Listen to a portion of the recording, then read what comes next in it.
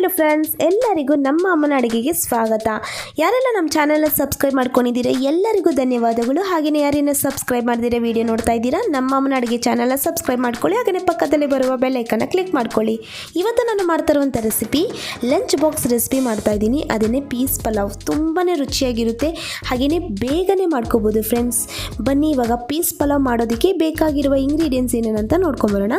ಇಲ್ಲಿ ನಾನು ಒಂದು ಈರುಳ್ಳಿನ ಉದ್ದುದಕ್ಕೆ ಕಟ್ ಮಾಡಿ ಇಟ್ಕೊಂಡಿದ್ದೀನಿ, 2 ಹಸಿಮೆಣಸಿನಕಾಯಿನ ಉದ್ದಕ್ಕೆ ಕಟ್ ಮಾಡಿ ಇಟ್ಕೊಂಡಿದ್ದೀನಿ, ಶುಂಠಿ ಬೆಳ್ಳುಳ್ಳಿನ ಈ ಥರ ಜಜ್ಜಿಟ್ಕೊಂಡಿದ್ದೀನಿ 1 ಟೇಬಲ್ ಸ್ಪೂನ್ ಆಗೋಷ್ಟು, ಕೊತ್ತಂಬರಿ ಸೊಪ್ಪು 2 ಟೇಬಲ್ ಸ್ಪೂನ್, ಟೊಮೆಟೊ 1ನ ಈ ಥರ ಮೀಡಿಯಮ್ ಸೈಜಲ್ಲಿ ಕಟ್ ಮಾಡಿ ಇಟ್ಕೊಂಡಿದ್ದೀನಿ, 2 ಏಲಕ್ಕಿ, 1/4 ಟೀ ಸ್ಪೂನ್ ಆಗೋಷ್ಟು ಕಾಳುಮೆಣಸು, 3 ಲವಂಗ, 1 ಇಂಚ್ ಆಗೋಷ್ಟು ಚಕ್ಕೆ, ಅರ್ಧ ಟೀ ಸ್ಪೂನ್ ಆಗೋಷ್ಟು ಜೀರಿಗೆ, 2 ಪಲಾವ್ ಎಲೆ ಮತ್ತು ಅರ್ಧ ಕಪ್ ಆಗೋಷ್ಟು ನಾನು ಹಸಿ ಬಟಾಣಿ ತೊಗೊಂಡಿದ್ದೀನಿ, 1 ಟೇಬಲ್ ಸ್ಪೂನ್ ಆಗೋಷ್ಟು ಧನಿಯಾ ಪುಡಿ, ಅರ್ಧ ಟೇಬಲ್ ಸ್ಪೂನ್ ಆಗೋಷ್ಟು ಅಚ್ಕಾರದ ಪುಡಿ, 1/4 ಟೀ ಸ್ಪೂನ್ ಆಗೋಷ್ಟು ಅರಿಶಿನ ಪುಡಿ, ಹಾಗೆಯೇ ಗರಂ ಮಸಾಲ ಅರ್ಧ ಟೀ ಸ್ಪೂನ್, 200 ಗ್ರಾಮ್ ಆಗೋಷ್ಟು ನಾನು ರೈಸ್ ಮಾಡಿ ಇಟ್ಕೊಂಡಿದ್ದೀನಿ, ರುಚಿಗೆ ತಕ್ಕಷ್ಟು ಉಪ್ಪು, ಎಣ್ಣೆ 2 ಟೇಬಲ್ ಸ್ಪೂನ್। ಮಾಡೋದು ಹೇಗೆ ಅಂತ ನೋಡೋಣ। ಮೊದಲು ಸ್ಟವ್ ಹಚ್ಚಿ ನಾನೊಂದು ಕಡಾಯನ್ನು ಇಟ್ಕೊಂಡಿದ್ದೀನಿ। ಇವಾಗ ಇದಕ್ಕೆ ನಾನು ಒಂದು 2 ಟೇಬಲ್ ಸ್ಪೂನ್ ಆಗೋಷ್ಟು ಎಣ್ಣೆನ ಹಾಕ್ಕೊಂಡು ನಾನು ಏನೇನು ಸ್ಪೈಸಸ್ ತೊಗೊಂಡಿದ್ದೆ ಆ ಸ್ಪೈಸಸ್ ಎಲ್ಲ ಹಾಕ್ಕೊಂಡು ಒಂದು 5 ಸೆಕೆಂಡ್ಸ್ ಫ್ರೈ ಮಾಡ್ಕೊತಾ ಇದ್ದೀನಿ। ನೋಡಿ ಇದೇ ಥರನೇ ಮೀಡಿಯಮ್ ಫ್ಲೇಮಲ್ಲಿ ಇಟ್ಕೊಂಡು 5 ಸೆಕೆಂಡ್ಸ್ ಫ್ರೈ ಮಾಡ್ಕೊಂಡಿದ್ದಾದಮೇಲೆ ನಾನಿವಾಗ ಈರುಳ್ಳಿನ ಹಾಕ್ಕೊಂಡಿದ್ದೀನಿ, ಈರುಳ್ಳಿ, ಹಸಿಮೆಣಸಿನ್ಕಾಯಿ ಹಾಗೆಯೇ ಶುಂಠಿ ಬೆಳ್ಳುಳ್ಳಿ ಈ ಥರ ಜಜ್ಜಿ ಇಟ್ಕೊಂಡಿದ್ನಲ್ಲ ಅದನ್ನ ಹಾಕ್ಕೊಂಡಿದ್ದೀನಿ, ಇಲ್ಲಾಂದರೆ ನೀವು ಪೇಸ್ಟ್ ಕೂಡ ಹಾಕ್ಕೋಬೋದು। ಇಷ್ಟು ಹಾಕ್ಕೊಂಡು ನಾನು ಒಂದು 2 ನಿಮಿಷ ಇದೇ ಥರನೇ ಚೆನ್ನಾಗಿ ಫ್ರೈ ಮಾಡ್ಕೊತಾ ಇದ್ದೀನಿ। ಇವಾಗ ಒಂದು ಸ್ವಲ್ಪ ನಾನು ಉಪ್ಪನ್ನು ಹಾಕ್ಕೊಂಡಿದ್ದೀನಿ, ಹಾಕ್ಕೊಂಡು ಇದೇ ಥರನೇ ಒಂದು 2 ನಿಮಿಷ ಫ್ರೈ ಮಾಡಿಕೊಂಡ್ರೆ ಸಾಕಾಗುತ್ತೆ। ಇವಾಗ ನೋಡಿ ಈರುಳ್ಳಿ ಎಲ್ಲ ಕಲರ್ ಎಲ್ಲ ಚೇಂಜ್ ಆಗಿದೆ ಲೈಟಾಗಿ। ಈ ಟೈಮಲ್ಲಿ ನಾನು ಧನಿಯಾ ಪುಡಿ, ಅಚ್ಕಾರದ ಪುಡಿ, ಗರಂ ಮಸಾಲ ಹಾಗೆಯೇ ಅರಿಶಿನ ಪುಡಿ ಇಷ್ಟು ಹಾಕ್ಕೊಂಡು ಒಂದು 15 ಸೆಕೆಂಡ್ಸು ನಾವು ಲೋ ಫ್ಲೇಮಲ್ಲಿ ಇಟ್ಕೊಂಡು ಫ್ರೈ ಮಾಡ್ಕೋಬೇಕಾಗುತ್ತೆ। ನೋಡಿ ಇದೇ ಥರನೂ ಒಂದು ಸ್ವಲ್ಪ ಹೊತ್ತು ಫ್ರೈ ಮಾಡ್ಕೊಂಡಿದ್ದಾದಮೇಲೆ ನಾನಿವಾಗ ಟೊಮೆಟೊನ ಹಾಕ್ಕೊಂಡಿದ್ದೀನಿ, ಟೊಮೆಟೊನ ಹಾಕ್ಕೊಂಡು ಇದೇ ಥರನೇ ಚೆನ್ನಾಗಿ ಒಂದು 2 ನಿಮಿಷ ಫ್ರೈ ಮಾಡ್ಕೋಬೇಕು। ಟೊಮೆಟೊ ಎಲ್ಲ ಫುಲ್ ಸಾಫ್ಟ್ ಆಗಬೇಕು, ನೋಡಿ ಈ ಥರ ನಾವು ಆವಾಗವಾಗ ಕೈ ಆಡಿಸ್ತಾ ಇರಬೇಕು। ಟೊಮೆಟೊ ಎಲ್ಲ ಸಾಫ್ಟ್ ಆದಮೇಲೆ ನಾವು ಹಸಿ ಬಟಾಣಿನ ಹಾಕ್ಕೋಬೇಕಾಗುತ್ತೆ। ಇವಾಗ ನೋಡಿ ಇದೇ ಥರನೇ ಟೊಮೆಟೊ ಎಲ್ಲ ಸಾಫ್ಟ್ ಆಗಿದೆ, ಇವಾಗ ನಾನು ಹಸಿ ಬಟಾಣಿನ ಹಾಕ್ಕೊಂಡಿದ್ದೀನಿ।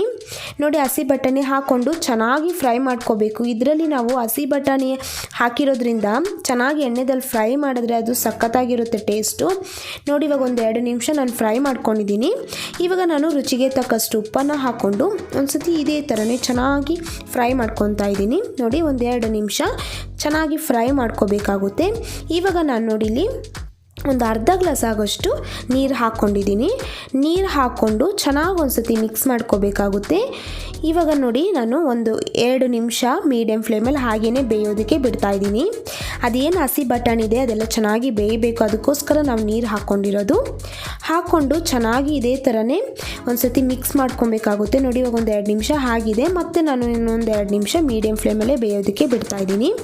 ಇವಾಗ ನೋಡಿ ನೀರು ಏನಿದೆ ಎಲ್ಲ ಫುಲ್ಲು ಡ್ರೈ ಆಗಿದೆ, ಇವಾಗ ಬಟಾಣಿ ಎಲ್ಲ ಚೆನ್ನಾಗಿ ಅದು ಬೆಂದಿದೆ। ನೋಡಿ ಈ ಥರ ಒಂದು ಸತಿ ಪ್ರೆಸ್ ಮಾಡಿ ನೋಡಿದ್ರೆ ಗೊತ್ತಾಗುತ್ತೆ, ನೋಡಿ ಎಲ್ಲ ಚೆನ್ನಾಗಿ ಬೆಂದಿದೆ। ಇವಾಗ ನೋಡಿ ನಾನು ರೈಸನ್ನು ಹಾಕ್ಕೊತಾ ಇದ್ದೀನಿ।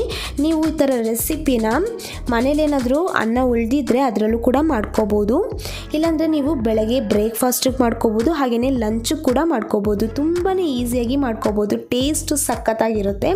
ಇವಾಗ ರೈಸ್ ಎಲ್ಲ ಹಾಕಿ ನಾನು ಚೆನ್ನಾಗಿ ಒಂದು ಸತಿ ಮಿಕ್ಸ್ ಮಾಡ್ಕೊಂಡಿದ್ದೀನಿ। ನೋಡಿ ಇವಾಗೆಲ್ಲ ಚೆನ್ನಾಗಿ ಒಂದು ಸತಿ ಮಿಕ್ಸ್ ಮಾಡ್ಕೊಂಡಿದ್ದಾದಮೇಲೆ ಲಾಸ್ಟಿಗೆ ನಾನು ಕೊತ್ತಂಬರಿ ಸೊಪ್ಪನ್ನು ಹಾಕ್ಕೊಂಡು ಒಂದು ಸತಿ ಮಿಕ್ಸ್ ಮಾಡಿಕೊಂಡ್ರೆ ಪೀಸ್ ಪಲಾವ್ ರೆಡಿಯಾಗಿದೆ ಫ್ರೆಂಡ್ಸ್। ತುಂಬಾ ಚೆನ್ನಾಗಿರುತ್ತೆ, ಬೇಗ ಮಾಡ್ಕೋಬೋದು। ನಿಮಗೆ ರೆಸಿಪಿ ಇಷ್ಟ ಆಗಿದ್ರೆ ನೀವು ಕೂಡ ಮನೇಲಿ ಒಂದು ಸತಿ ಟ್ರೈ ಮಾಡಿ, ಹೇಗೆ ಬಂತು ಅಂತ ಕಮೆಂಟ್ ಮಾಡಿ। ನೋಡಿದ್ರಲ್ಲ ಇವಾಗ ನಾನು ಟಿಫನ್ ಬಾಕ್ಸಲ್ಲಿ ಹಾಕ್ಕೊತಾ ಇದ್ದೀನಿ, ದಿಢೀರಂತ ಮಾಡ್ಕೋಬೋದು ಈ ರೆಸಿಪಿನ।